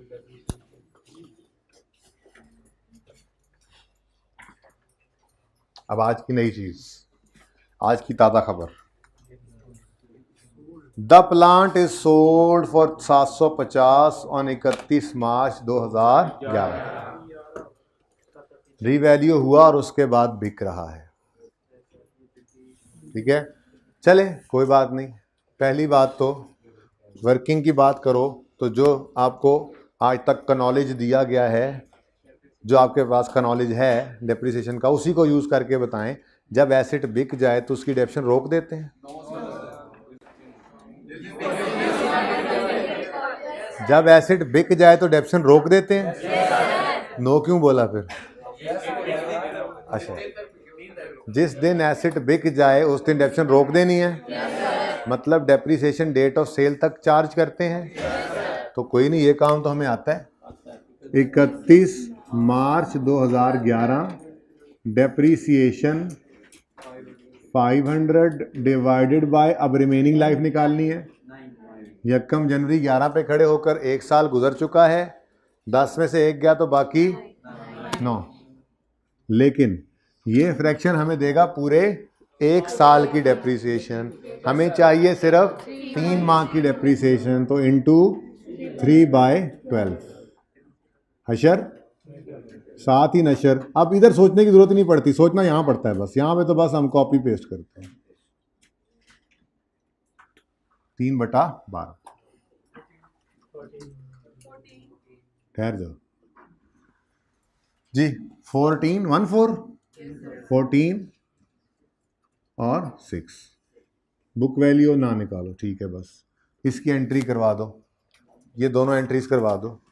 वही जो आज तक करते आए।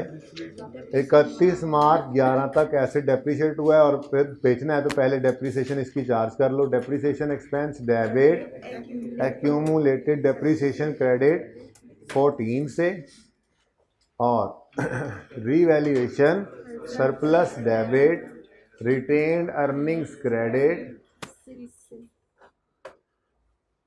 31 मार्च तक, सॉरी जी। Revaluation surplus debit, retained earnings credit 6 से। एसेट रीवैल्यू हुआ, फिर 3 महीने इस्तेमाल किया तो डेप्रीशिएट हुआ, और अब एसेट बिकने लगा है। ठीक है, मुझे ये बताओ, आप लोगों को डिस्पोजल की जनरल एंट्री आती है कि भूल गई है?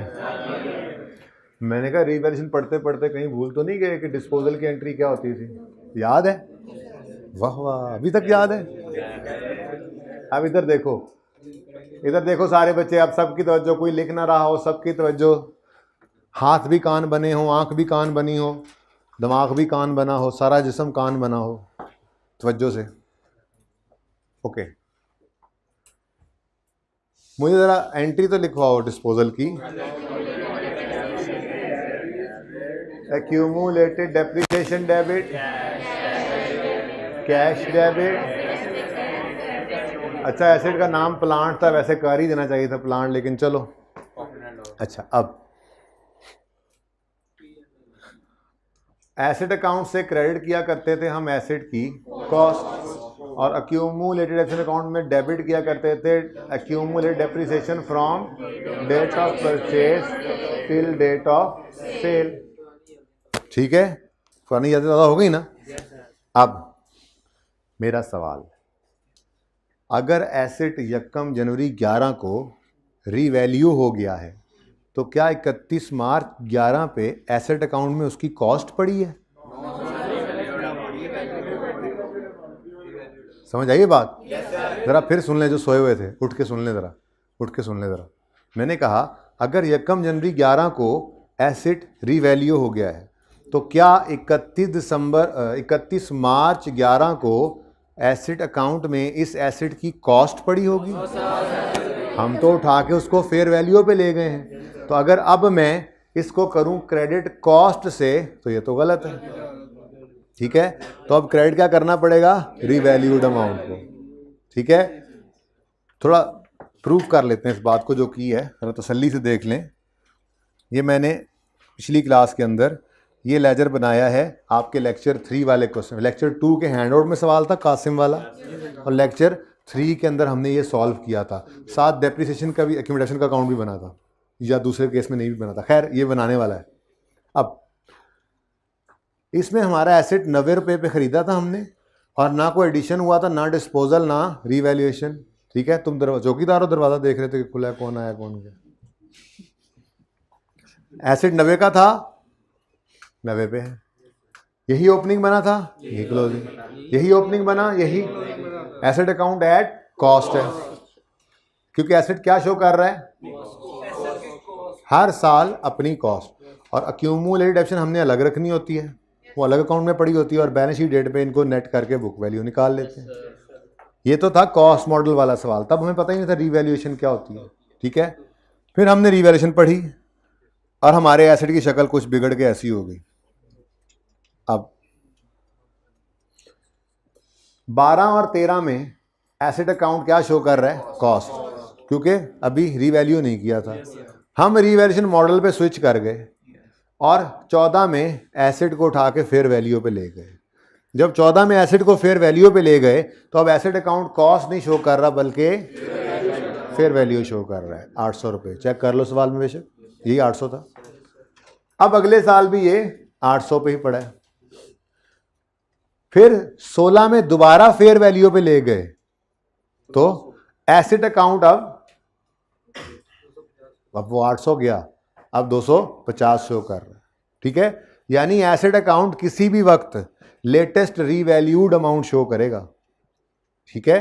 रीवैल्यू होने के बाद वाली, मतलब जहां खड़े हो, अगर आप यहां खड़े हो तो लेटेस्ट रीवैल्यूएशन कौन सी है, ये 14 वाले साल की, तो फिर 800 ही होगा।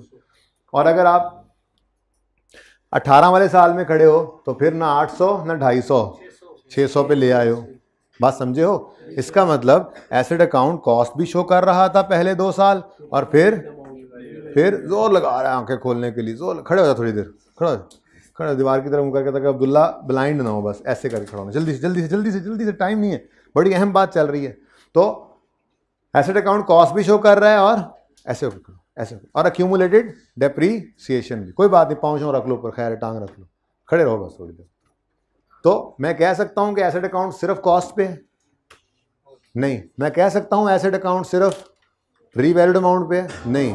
तो इसको यूं लिख सकता हूं, एट कॉस्ट या रीवैल्यूड अमाउंट। अब इसके लिए ना एक स्टैंडर्ड के अंदर एक ब्रॉड वर्ड यूज होता है जो इन दोनों चीज़ों को कवर कर लेता है, उसे कहा जाता है ग्रॉस कैरिंग अमाउंट। क्या कहा जाता है जी?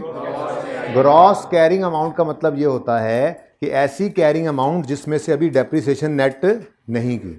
अगर कॉस्ट मॉडल पे है तो ग्रॉस कैरिंग अमाउंट कॉस्ट होगी, less accumulated addition book value, net carrying amount आ जाएगी। और अगर रीवैल्यूएशन मॉडल पे है तो gross carrying amount revalued amount होगी, लेटेस्ट वाली, उसमें से माइनस करेंगे अक्यूमुलेटेड एडिशन और वो नेट कैरिंग अमाउंट आ जाएगी, ठीक है। तो इसका मतलब इसको हम ग्रॉस कैरिंग अमाउंट भी कहते हैं। ये हम यूज़ करेंगे वर्ड इंशाल्लाह कल से, क्योंकि नोट के अंदर हम एसेट की कॉस्ट और अक्यूमुलेशन नहीं लिखते होते, हेडिंग बनाते होते हैं ग्रॉस कैरिंग अमाउंट और अक्यूमुलेटेड डेप्रिसिएशन। इसलिए लिखते हैं ग्रॉस कैरिंग अमाउंट के मल्टीपल एसेट्स हमारे पास आ रहे होते हैं, किसी पे कॉस्ट मॉडल हो सकता है लग रहा हो, किसी पे फिर रिवैल्यूएशन मॉडल लग रहा हो, तो इसलिए ये ब्रॉडर वर्ड है, ठीक है। ग्रॉस कैरिंग अमाउंट में कॉस्ट भी आ जाती है और रिवैल्यूड अमाउंट भी। ऐसी तरह रेलेवेंट तो नहीं थी बात, लेकिन चलो कल परसों इस्तेमाल होनी है तो आज बता दी, ओके। बैठ जाओ। अच्छा जी, तो हम थे यहाँ तो भाई अब अगर एसेट अकाउंट कभी रीवैल्यू ना हुआ हो ज़िंदगी में, तो फिर तो एसेट अकाउंट में उसकी कॉस्ट पड़ी होती है, तो हम क्रेडिट भी कॉस्ट कर देते हैं। लेकिन अगर एसेट अकाउंट रीवैल्यू हो गया है तो क्या एसेट अकाउंट में उसकी कॉस्ट पड़ी होती है? तो फिर अगर कॉस्ट क्रेडिट करोगे तो फिर तो गलत हो जाएगा। बोलो, इसका मतलब यहाँ पर अगर रीवैल्यूड एसेट डिस्पोज हो रहा है ना, तो यहाँ पर हमने कॉस्ट की बजाय रीवैल्यूड अमाउंट, नीचे एक एंट्री हो, रीवैल्यूड अमाउंट को शो करेंगे। और अगली बात, रीवैल्यूड अमाउंट भी कौन सी? जो लेटेस्ट हो। क्योंकि देखो इस सवाल तो आसान है ना, पहली दफ़ा डिस्पोजल सीख रहे हैं, कल देखेंगे शायद 2-3 साल बाद आए, एसेट खरीदने के 2-3 साल बाद डिस्पोजल आए। इधर देखो, अगर एसेट 14 या उसके बाद बिकेगा तो 800 पे पड़ा है, 800 क्रेडिट करेंगे। अगर 16 या उसके बाद बिकेगा तो 16 के पहले दिन ही रीवैल्यू हो जाता है ना, तो 16 में किसी दिन बिके या उसके बाद बिके तो 250 निकालेंगे एसेट अकाउंट में से। और इसी तरह से अगर वो 18 या, क्योंकि 18 के साल में पहले ही दिन हो रहा है ना रीवैल्यू, तो यूँ मैं इसलिए मैं 18 ही बोल रहा हूँ। अगर 18 या उसके बाद किसी साल में बिके तो फिर क्रेडिट क्या करना पड़ेगा? 600। इसलिए लफ्ज़ वो जो हर जगह चले वो लिखेंगे उसूल के तौर पे। वो क्या है? एसेट अकाउंट को हम क्रेडिट करेंगे लेटेस्ट रीवैल्यूड अमाउंट से, लेटेस्ट या लास्ट जो भी कह लो, ठीक है, ओके। अच्छा, उससे अगली बात जी, फेयर वैल्यू निकाल के जो अकाउंटिंग का तरीका होता है उसे रीवैल्यूएशन मॉडल कहते हैं। तो फेयर वैल्यू को इंटरचेंजेबली रीवैल्यूड अमाउंट भी कहा जाता है IAS 16 में, ठीक है। लेकिन इसको रीवैल्यूड अमाउंट ही कहा करो, क्योंकि अभी IAS 41 हम कुछ दिन में पढ़ेंगे इंशाल्लाह, 30-35 लेक्चर पे जाके, उसमें फेयर वैल्यू मॉडल है, उसका मॉडल का नाम रीवैल्यूएशन मॉडल नहीं है, थोड़ा डिफरेंट है अकाउंटिंग, इसलिए इसको रीवैल्यूएशन मॉडल कहते हैं। तो फेयर वैल्यू को रीवैल्यूड अमाउंट भी कह देते हैं हम, रीवैल्यूड अमाउंट कहेंगे, ओके। अच्छा, अगली बात, अब अगर एसेट रीवैल्यू हो जाए तो अक्यूमुलेटेड डेप्रिसिएशन अकाउंट में से डेबिट करते हैं हम बिल्कुल डेट ऑफ परचेज से डेट ऑफ सेल तक की डेप्रिसिएशन। यस सर, नहीं होश करो। अगर एसेट कभी अपनी जिंदगी में रीवैल्यू हो जाए तो जिस दिन वो रीवैल्यूएशन हुई होती है आखिरी, उस दिन तक की डेप्रिसिएशन तो वैसे ही एलिमिनेट होकर जीरो हो चुकी होती है। तो एसेट अकाउंट में तो पड़ी होगी फिर उस दिन की लास्ट रीवैल्यूएशन के दिन से लेके सेल तक की डेप्रिसिएशन, ठीक है ना। ये भी देख लेते हैं, कोई नहीं दूर की बात, ये सवाल ऐसे नहीं करवाए थे और ऐसे नहीं कहा था कि आप देख लेना इसको, ठीक है। अगर ये एसेट इस दिन तक किसी वक्त बिके तो 50 की डेप्रिसिएशन एलिमिनेट होगी, लेकिन एक बार रिवैल्यू हुआ तो ये तो निल हो गई थी। अब अगर इसके बाद कभी डेप्रिसिएशन होगी, डिस्पोजल के वक्त इकट्ठी करनी, हमने काउंट करनी होगी, तो वो इस यकम जनवरी 14 के बाद की डेट से डेट ऑफ सेल तक की होगी, क्योंकि इस दिन तक की तो एक बार क्या हो चुकी है, ट्रांसफर, एलिमिनेट, ठीक है। तो इसका मतलब ये भी गलत लिख गए हम, गलत नहीं लिखा, बस चेंजेस कर रहे हैं अपने हिसाब से। डेट ऑफ परचेज की बजाय डेट ऑफ लेटेस्ट रीवैल्यूएशन, ठीक है, लेटेस्ट रीवैल्यूएशन। डन हो गया जी, एंट्री खत्म हो गई है। अंदर की बात बताऊं, सुनो। अब एसेट अकाउंट स्टेप 1 क्रेडिट करते थे एसेट की कॉस्ट से, आज रीवैल्यूड अमाउंट से क्रेडिट कर रहे हैं। लेटेस्ट क्या एक ही है हमारे सवाल में, तो कितनी है 500, तो एसेट अकाउंट को क्रेडिट करोगे 500 से, तो 500 से एसेट अकाउंट हो गया क्रेडिट। अब डेबिट करना है अक्यूमुलेटेड डेप्रिसिएशन अकाउंट को डेट ऑफ इस लास्ट रीवैल्यूएशन से, जिसकी जिस फेयर वैल्यू को उठाया है, जिस डेट की फेयर वैल्यू को उठाया है, इसी डेट से लेकर डेट ऑफ सेल तक की डेप्रिसिएशन डेबिट करनी है, ठीक है। तो ये है यकम जनवरी 11 की वैल्यू, और अभी सिर्फ 3 महीने ही मजीद डेप्रिशिएट हुआ है, तो अक्यूमुलेटेड एक्शन में क्या पड़ा है 14, तो डेट ऑफ लास्ट रीवैल्यूएशन से डेट ऑफ सेल तक की एक्यूमुलेटेड डेप्रिसिएशन है 14, ठीक है। और जोर की जमाई लो, किसको जी देखते हैं, उसकी ट्रीटमेंट की तो है। 6 का क्या किया था, एंट्री नहीं नजर आ रही ऊपर, वो ट्रीटमेंट नहीं है भाई। 6 की एंट्री हो गई है ना, उसके बाद देखते हैं, फिलहाल ये पूरा कर लूँ। 6 की एंट्री हो गई है, 6 की ट्रीटमेंट आपने पूछा, वो तो हुई पड़ी है, 6 की ट्रीटमेंट तो हुई पड़ी है। 6 तो अब नहीं पड़ा हुआ सरप्लस में, वो तो निकल कर रिटेन अर्निंग में चला गया। बाकी की गल करो, वो थोड़ी देर में करते हैं, जो बाकी बचा उसकी बात करेंगे। 6 तो गया, 6 का ट्रीटमेंट तो हो गया जो करना था, ठीक है। अच्छा, ये पक्की पक्की बातें करनी होती हैं, छोटी छोटी बातें पे जो हम दोनों आपस में लगे होते हैं ना, इसका मतलब होता है कि आप लोग पक्का करो इस बात को। ये कंफ्यूजन वाली बात थी तो मैंने जोर दिया। अच्छा ओके जी, एसेट बिका कितने का, प्लांट इज सोल्ड फॉर, तो कैश डेबिट 750 से, गेन या लॉस, गेन आ गया, बैलेंसिंग फिगर 264। अब वर्किंग में क्या करना है, बड़े ध्यान से देखिएगा। मुझे ये बताएं, क्या 31 मार्च 11 पर हमने एसेट डिस्पोज नहीं कर दिया? अगर डिस्पोज कर दिया है, ये तो एक ही एसेट है ना आज तुम्हारा, तो ये यहां पर जीरो बचना चाहिए ना फिर, क्योंकि एसेट तो बिक गया है। एसेट बिक गया है तो जीरो होना चाहिए। अब ये जीरो करना है तो कुछ माइनस करना पड़ेगा। बेसिकली एंट्रीज में हमने वो कर दिया, जरा इस तरफ हम उलट साइड उलट आए हैं, ठीक है ना। अब मुझे बताओ एसिड कितने पे आया पड़ा है इस वक्त जब बिका है? 500 माइनस 14 486 पर। तो अगर हम यहाँ पे 486 माइनस, ये क्या है 486 क्या है, डिस्पोजल की बुक वैल्यू है। इसको जब हम माइनस कर देंगे ना यहाँ से, तो यहाँ पे वर्किंग में ये एसिड खत्म हो गया। अब आपको आदत है कि जो वर्किंग में हो रहा है वो एंट्री में भी नजर आए, तो नजर आ रहा है। गौर तो करो, एसेट अकाउंट क्रेडिट हुआ है 486 से, लेकिन ये एसेट अकाउंट बन रहा है बुक वैल्यू पे। आप इधर देखो तो इन दोनों को नेट करके भी ये 486 ही आ रहा है, यानी डिस्पोजल की ही एंट्री आपने की हुई है, ठीक है। तो ये दोनों नेट हो रहे हैं 14 और 500, ठीक है। अच्छा, अब यहां तक कोई मसला है तो बताएं, यहां तक कोई मसला है तो बताएं। यहां तक का मतलब है जो मैंने आखिरी लफ्ज लिखा है वहां तक कोई मसला है तो बताएं। अब जब आपने ये एंट्री पास की तो सहरी का टाइम हो गया, आपने सहरी करनी शुरू कर दी। सहरी करके जब फारिग हुए, वजू करने लगे, तो आपको रोने की आवाज़ें आ रही, कोई रोई जा रहा है, रोई जा रहा है। आपने जाके देखा तो वो रीवैल्यूएशन सरप्लस था। वो क्या कह रहा है? वो कह रहा है मैं भी नाल जाना है, मैनू भी नाल ले जा। मैं भी नाल ही जावांगा हैं, मैनू छड़ के ना जा। किसको कह रहा है? एसिड को, अम्मी को नहीं कह रहा, एसिड को कह रहा है। एसिड चला गया, सरप्लस कह रहा है मेरा एसिड चला गया, मुझे भी तो कहीं भेजो। कितना बचा पड़ा है अभी तक? देखो 6 का तो ट्रीटमेंट कर दिया ना, उसको तो ट्रांसफर कर दिया, बाकी कितना बच गया? 24। अब इस 24 को भी फारे करना है तो क्या करें?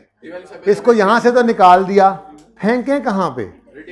जहां आज तक फेंकते आए, रिटेन्ड अर्निंग्स में, डिस्पोजल में नहीं, रिटेन्ड अर्निंग्स में, जहां आज तक फेंकते आए। देखो आपने कहा था, आप लोगों ने कहा था 2-3 दिन पहले ये अनरियलाइज्ड गेन है, लेकिन अब तो एक्चुअल बिक गया है ना। क्या अब ये अनरियलाइज रहा? हो गया रियलाइज। तो हो गया रियलाइज तो सारे का सारा इकट्ठा आज डिस्पोजल के दिन जो बैलेंस पड़ा है रिटेन्ड अर्निंग्स का, रिवन सरप्लस का, उसे उठा के फेंक दो रिटेन्ड अर्निंग्स में। ठीक है, तो इसकी वजह से नरेशन आप लिख ली थी, रिकॉर्डेड डिस्पोजल, खत्म हो गई नरेशन, रिकॉर्डिंग ऑफ डिस्पोजल। बस अब ये 31 मार्च 11 पर एंट्री होने लगी है। बचे हुए सारे सरप्लस की एंट्री कर दो, revaluation surplus debit, retained earnings credit. कितना है जी? 224। ठीक है, इसकी नरेशन लिख दो, transfer of revaluation surplus balance to retained earnings. ठीक है, on disposal, transfer of revaluation surplus balance to retained earnings on disposal. ये शॉर्ट ही है, और क्या करूं? पूरी कहानी तो फिर सुनो। तो ये है कि transfer of unrealised gain to realised gain because the asset has been disposed and there is no unrealised gain left. वो एंट्री नहीं बोलूंगा, मैं नहीं बताऊंगा। है जी, ये मैंने बोला था, transfer of revaluation surplus balance, जितना बैलेंस पे है, transfer of revaluation surplus balance to retained earnings on disposal. यानी डिस्पोजल के दिन क्या करोगे? जितना बैलेंस पड़ा होगा, ठहर जा फोटोग्राफरा, जितना बैलेंस पड़ा होगा उसको यहां से निकाल के रिटेन्ड अर्निंग में फेंक दोगे, ताकि ये भी क्या हो जाए? 0। अब खींच लो तस्वीर भाई, अब भाई अब खींच लो, वर्किंग पूरी होगी।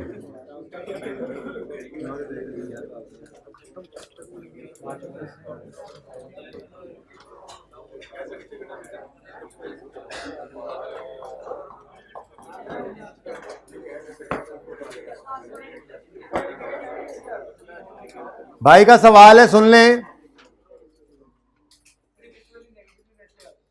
बुक वैल्यू नेगेटिव तो नहीं हुई यार? बुक वैल्यू को बेसिकली ना, ये इधर जरा ध्यान से देखना, ये जरा दिल की आंख से देखना। तो यहाँ पे 486 बुक वैल्यू पड़ी थी, वो हमने निकाल दी और फेंक दी, क्योंकि अब एसेट नहीं रहा। ये दिल की आंख से देखने पे नजर आया। पिछली अटेम्प्ट तक मैं यहाँ पे लाइन लगा के 486 लिखता था, लेकिन पिछली बार फिर मैंने ये सोचा कि अगले सवालों में जाके ये चीज़ हेल्प नहीं करती, परेशान करती, तो इस दफ़ा मैंने उड़ा दिया। अब वो आगे जाके अगले सवालों में कल इंशाल्लाह आपको इसका फ़ायदा पता लग जाएगा। यहाँ थोड़ा सा समझने में टाइम लग गया है, लेकिन ये आगे जाके हेल्प कर देगा बाबू। ठीक है, समझ आ गया? ओके, सुनो ओ भाई, सुनो ओ, सुनो ओ, सुनो ओ, सुन लो ओ, सुनाता हूँ। 66 के साथ भी लिखो होमवर्क, सेम क्वेश्चन है, और 67 के साथ भी।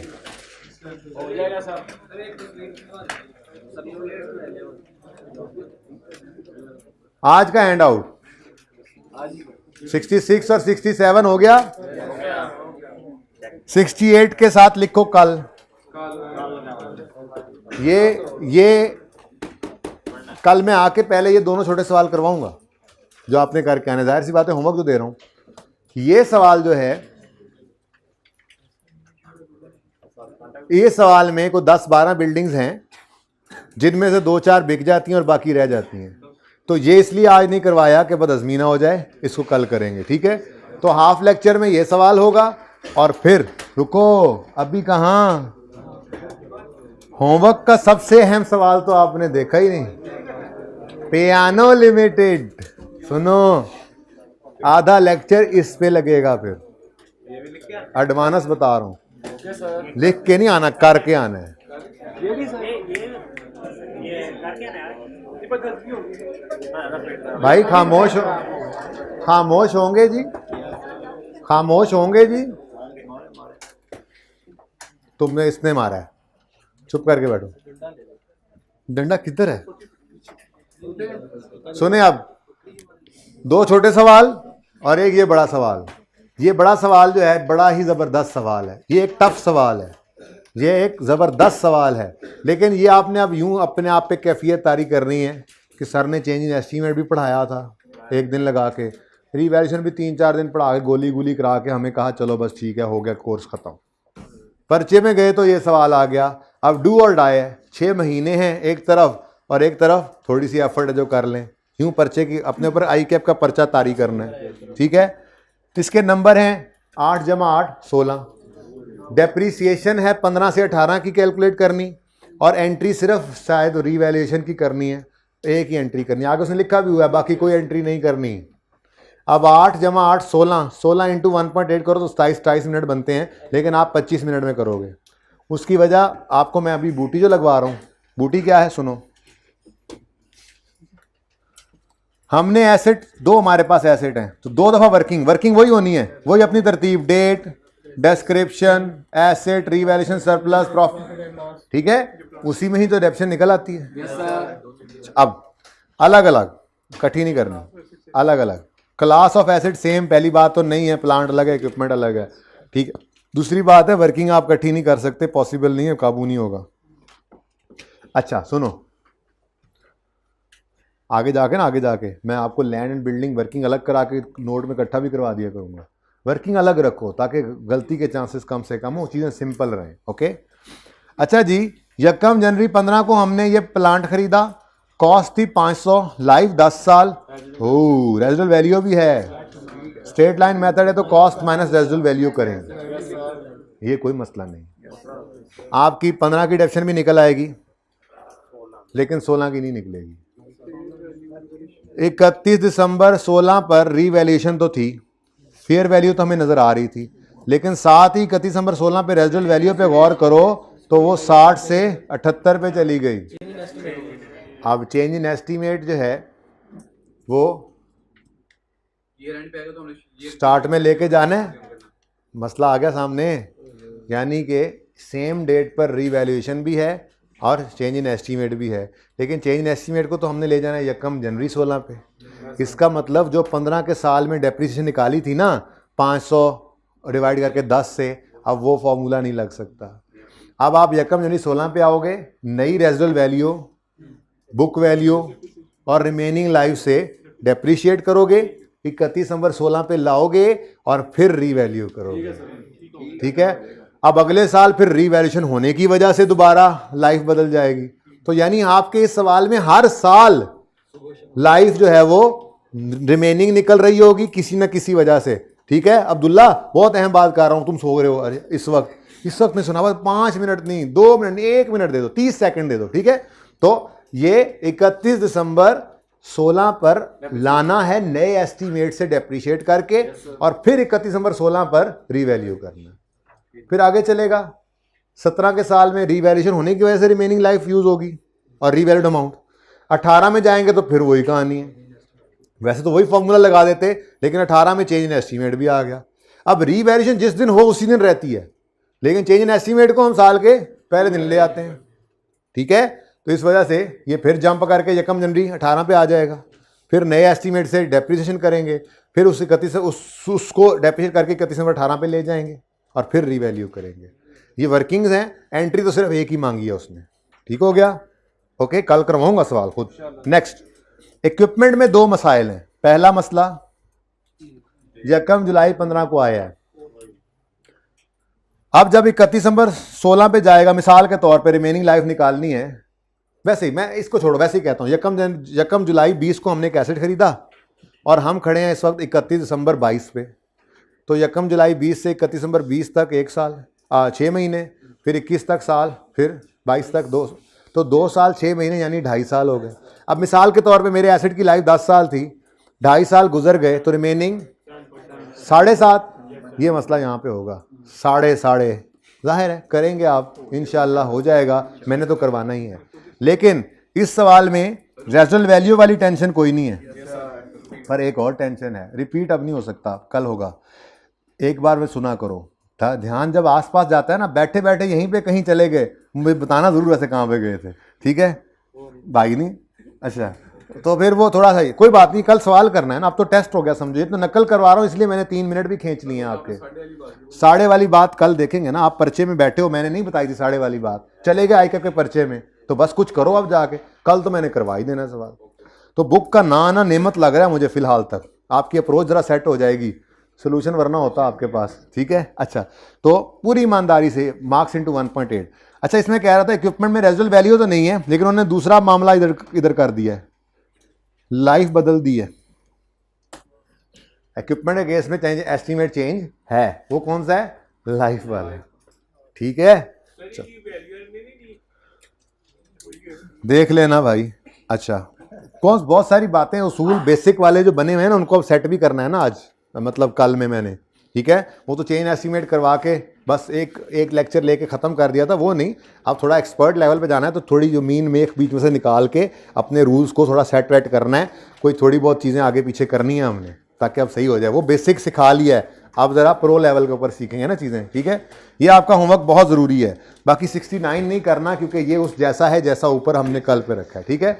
ये फिर देख लो मेरे इरादे कितने थे, लेकिन देखो कुछ भी नहीं किया है ना, ठीक है जी, अल्लाह हाफ़िज़।